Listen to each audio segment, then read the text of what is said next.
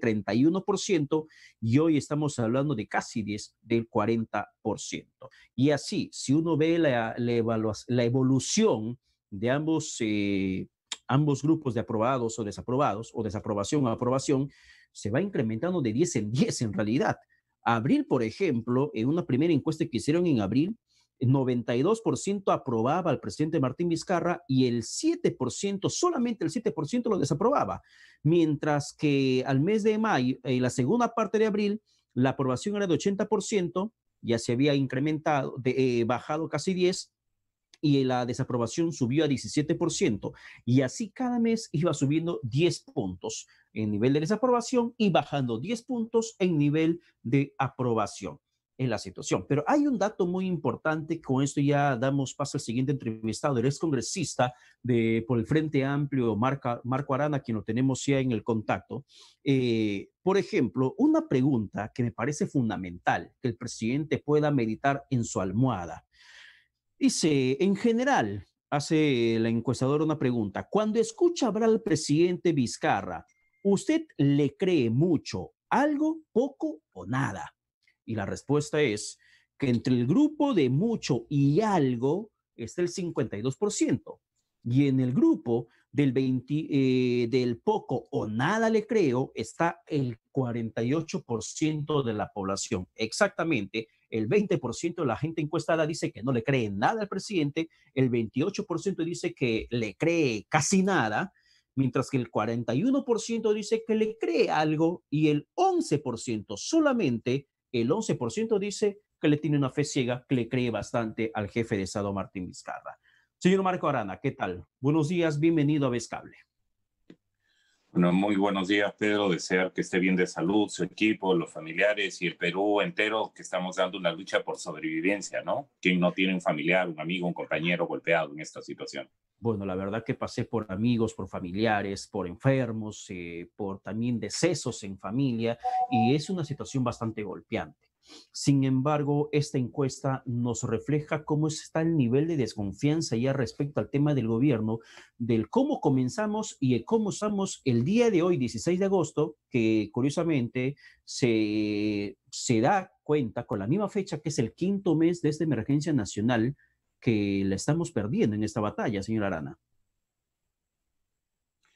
Sí, en realidad, digamos, todos al inicio sabíamos que estábamos ante una situación nueva, impredecible, que no se podía calcular bien si iba a durar unas semanas, unos meses, si la vacuna iba a salir, si nuestra población iba a tener los cuidados, si a nivel de las políticas públicas se iba a tener una mejor respuesta. Pero eso ya pasó, porque estamos hablando del cuarto mes.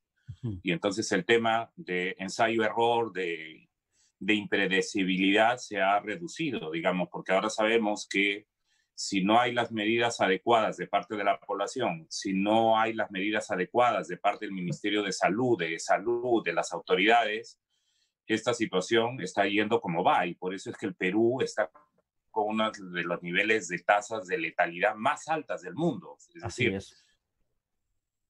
hay otros países que pueden tener,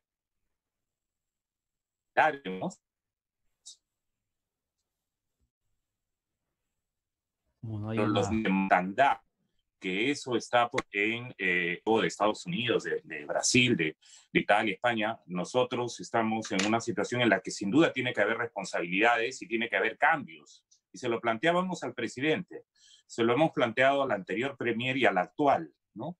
Y uno de esos cambios tenía que ver con movilizar la estrategia comunitaria que no se está haciendo, porque, por ejemplo, el Ministerio de Salud tiene más de 30,000 agentes comunitarios de salud. A ellos se los ha convocado, se les ha dado equipos de bioseguridad, se los ha ayudado para que puedan llegar a los domicilios, porque hay gente, Pedro, y lo digo hasta por experiencia familiar, que ya no quiere ir al hospital. Puede tener el hospital a una cuadra, pero sabe que el hospital está colapsado, sabe que va a tener una cola inmensa y sabe que en algún caso le van a decir, oiga, use esta medicina, pero acá no hay, tiene que ir a comprarla afuera. Entonces, lo que está haciendo es buscando que amigos médicos, enfermeras o por internet están viendo cómo incluso automedicarse. De allí toda esta situación terrible en la que mucha gente está muriendo o en la calle o en su casa o en las afueras del hospital. Y esa situación tiene que cambiar y vemos que no hay una política ni una decisión para hacer esos cambios profundos, como por ejemplo el tema del oxígeno. Hasta el cardenal de Junín, de Huancayo, está peleando con la empresa Praxair, porque aquí es como si no hubiera gobierno, que dice junto al colegio de ingenieros, al capítulo de ingenieros industriales, esa planta puede dar oxígeno, pero se le ocurre a la empresa Praxair, que tiene el monopolio, de no dar la autorización para ponerlo en funcionamiento. Y en este momento, no solo en mi región, en realidad, otras, pero el sí, oxígeno se ha vuelto prohibitivo.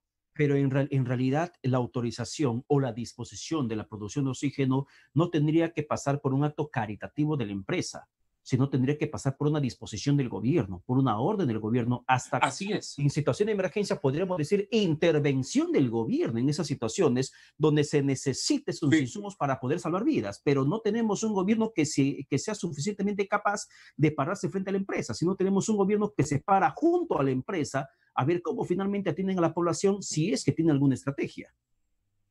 Efectivamente, tenemos un gobierno arrodillado a esos grandes intereses económicos y hay que decirlo claramente. Por eso el Frente Amplio no le dio el voto de confianza a Cateriano e incluso a este nuevo gabinete, a pesar que nos han molido diciendo que somos radicales, que no queremos dialogar y que no atendemos el mensaje de Unión por el Perú.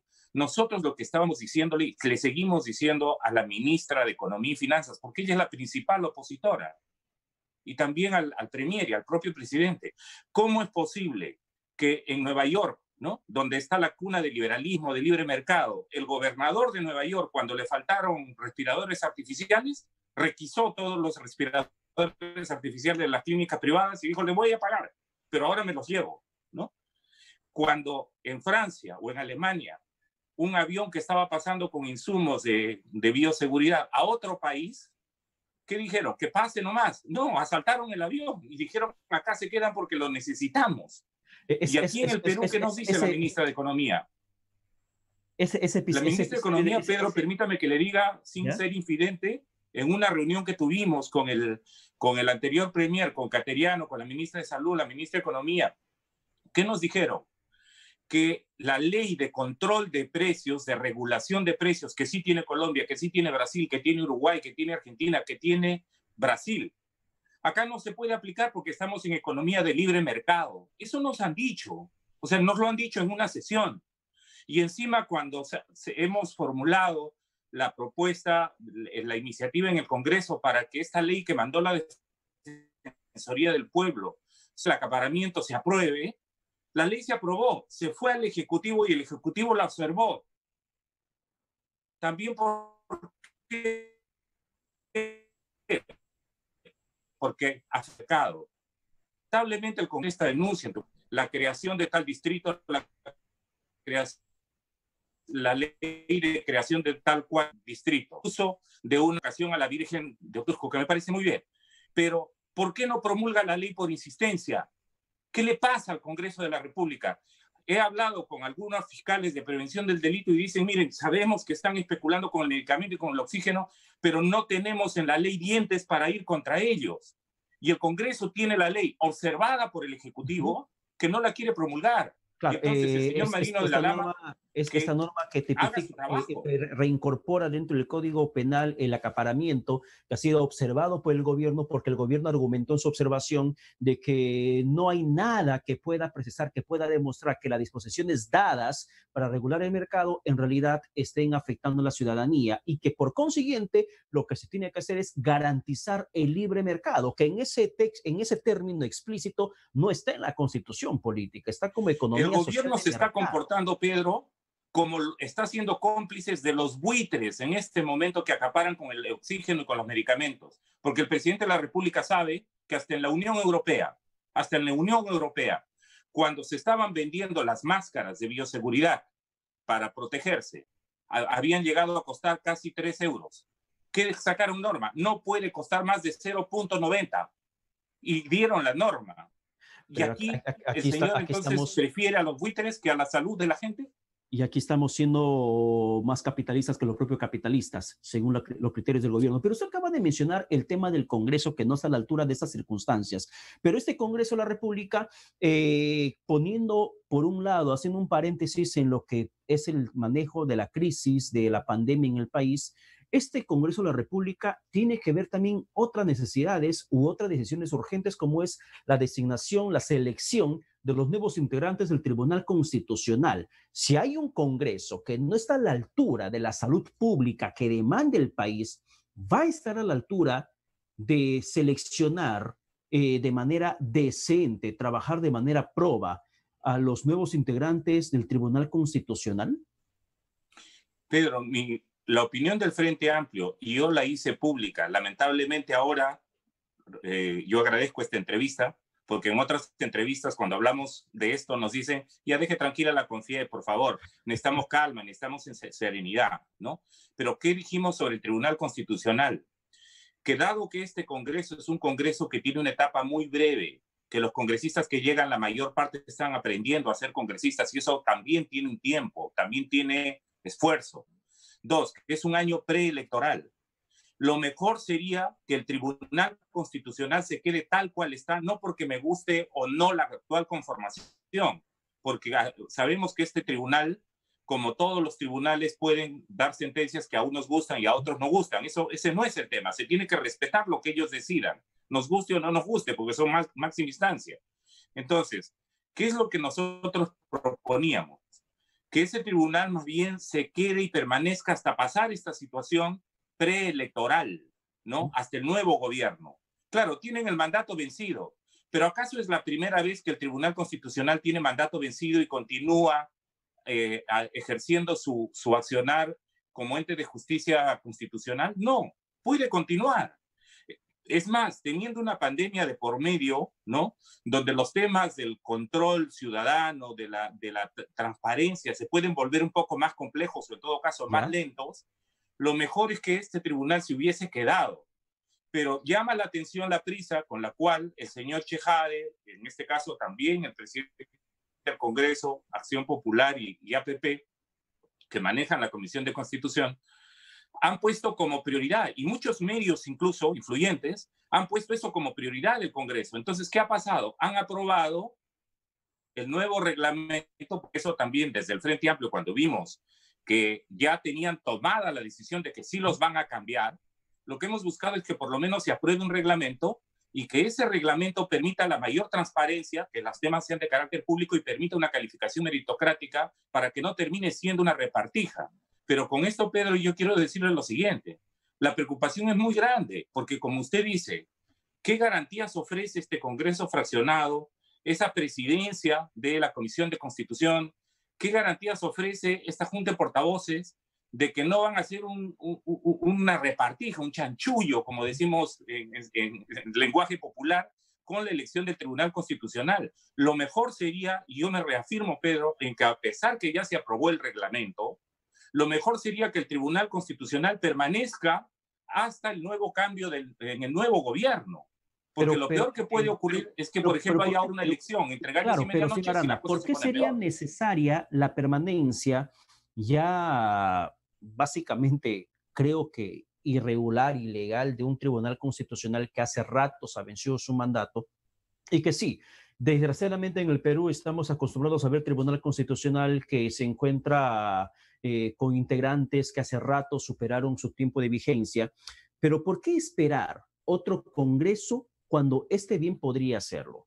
¿Cuál es la condición que usted considera que impide que este Parlamento pueda ser responsable de designar a los actuales congresistas? Porque si vamos, por ejemplo, por lo subjetivo, la sospecha de que este Congreso puede terminar siendo peor que el anterior, que este Congreso puede ser repartija, nada nos garantiza con las reglas de juego como están dadas que el siguiente Congreso va a ser mejor que este. A ver, Pedro, uno, es verdad que las reglas han cambiado. Recordemos, yo cuando fui congresista de la República y fui vicepresidente de la Comisión de Constitución, presenté incluso un proyecto de ley para modificar el reglamento, para que no hubiera sorpresas y, como decía, para que hubieran componentes de transparencia y de meritocracia. ¿De acuerdo? Entonces, eso han aprobado. En ese sentido, la norma ha mejorado. Eso hay que decirlo. Y uno diría, bueno, entonces si ha mejorado, ¿por qué opinar que no se renueve ahora? Voy a esa respuesta. Uno, porque no tenemos la garantía de que este Congreso termine respetando la propia norma. Por ejemplo, cuando se instaló la comisión especial que va a elegir al tribunal, la sesión debió ser pública y la hicieron reservada. ¿Por qué la hicieron reservada? Si se supone que uno de los elementos de transparencia que va a acompañar ese proceso tiene que ser desde el primer día. No, la primera la hicieron pública. Entonces, viendo así las cosas, ¿qué tal si teniendo el reglamento comienzan a sacarle la vuelta? Uno. Dos, estamos en pleno proceso de pandemia. Recordemos que otras veces cuando han hecho repartijas en el tribunal, la ciudadanía, la prensa independiente, las organizaciones políticas, podíamos salir a protestar diciendo no hagan esa repartija. Recuerde, 2 veces se ha parado. Yo recuerdo mucho la repartija en el gobierno de Yantumala con Víctor Isla a la cabeza, cuando hicieron todo el Tribunal Constitucional, toda la Defensoría, comenzaron a repartirse la torta y fue una cuestión asquerosa y que justamente había una reacción ciudadana y que tuvo que hacer retroceder esa situación de repartija. Y el año pasado también, Pedro, recordemos cuando Acción Popular, Alianza para el Progreso, el Fujimorismo y el APRA deciden apoyar al primito de Olaechea para meterlo. Sí. La gente también salió y fue una de las causas de la disolución del Congreso. Entonces, en este momento que está prohibida y que además no es aconsejable una movilización y una movilización por aglomeración, ¿qué nivel de control tiene la ciudadanía para expresar su voz? Está muy limitado. Entonces, si el Congreso tiene el reglamento, pero no se implementa en toda su dimensión, entonces, ¿qué va a pasar? La posibilidad de control es muy, muy baja por el tema de la pandemia o casi negada. Y en tercer lugar, no nos olvidemos que estamos con una situación laboral de despidos, de gente que está enferma o ha muerto. Entonces, y simultáneamente tenemos una situación muy fuerte en nuestra economía, de colapso, de shock muy fuerte en nuestra economía por los impactos de la paralización económica. Entonces, si a eso le añadimos una situación en que a lo mejor se nombra un tribunal medio entre gallos y medias noches, con mayor proceso de transparencia, sin cumplir las normas de reglamento, uno dice, oigan, ¿no va a complicar eso las cosas? ¿Las va a poner peor?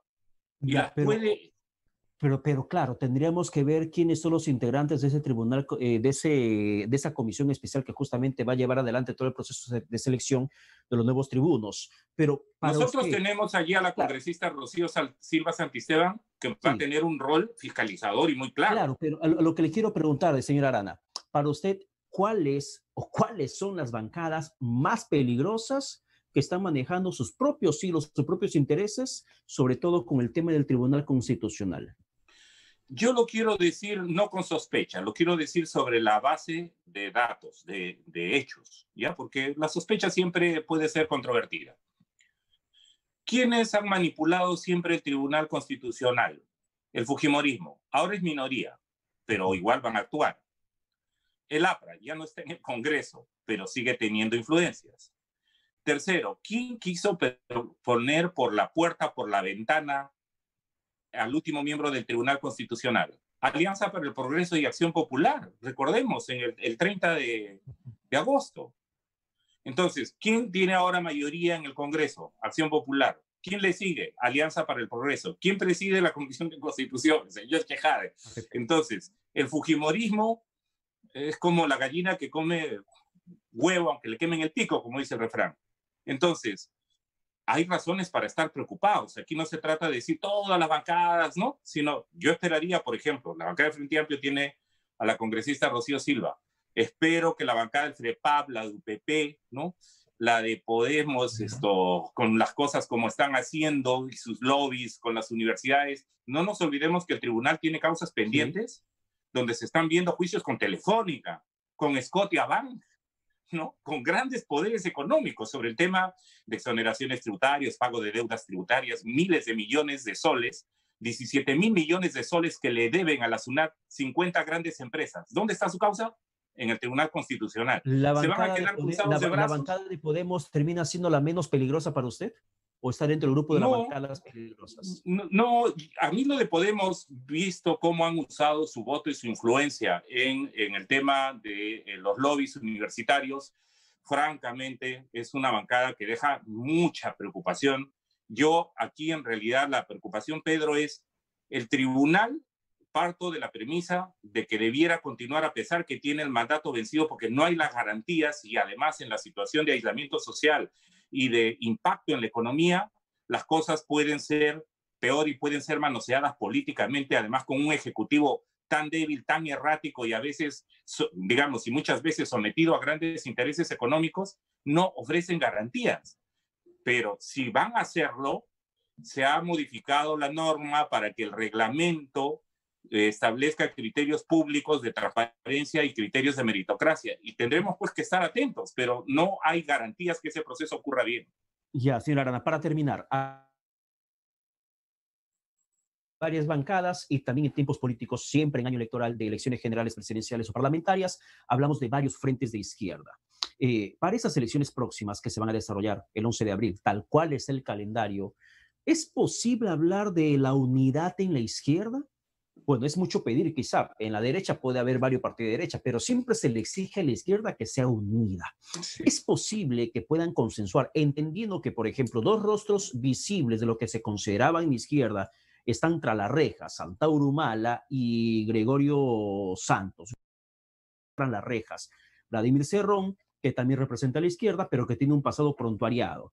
Ha sido básicamente salvado por el Poder Judicial, ha sido escarcelado, pero que tiene ya antecedentes tras las rejas. No lo hace muy diferente a los de la derecha, que también tiene a sus políticos tras las rejas o camino a la reja.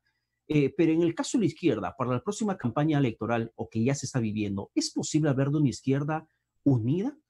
Yo creo que hay tres escenarios. El primer escenario al que se debería aspirar es un proceso unitario amplio de una izquierda que, representando al pueblo, se una con organizaciones sociales, con organizaciones gremiales, con aquellos movimientos que estamos buscando un cambio del modelo económico para que haya justicia social, ecológica en un país libre de corrupción.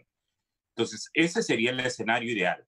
¿Hay una sola izquierda? No, hay varias izquierdas. Usted ha mencionado incluso aquellas que están comprometidas con actos de corrupción.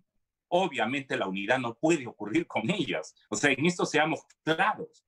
Y en segundo lugar, creo que es importante que veamos cómo en ese proceso de unidad no solo hay esta visión del país con justicia social, ecológica y libre de corrupción, sino además el mecanismo para hacerlo. Porque, por ejemplo, recuerde usted que por pragmatismo político hay algunas izquierdas que no tienen problemas. Y entonces nosotros, por ejemplo, hemos dicho claramente, con Yehude Simons, que tuvo una responsabilidad en el Baguazo, en el gobierno de Alan García y su organización política, podría haber un proceso de unidad cuando nosotros estamos luchando por los derechos ecológicos, por los derechos de los pueblos amazónicos.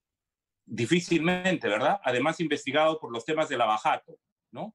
Y lo mismo nos ocurre con el señor Cerrón o nos ha ocurrido con el señor Gregorio Santos. Pero, por ejemplo, Nuevo Perú, incluso rompiéndose, decidieron hacer esa alianza.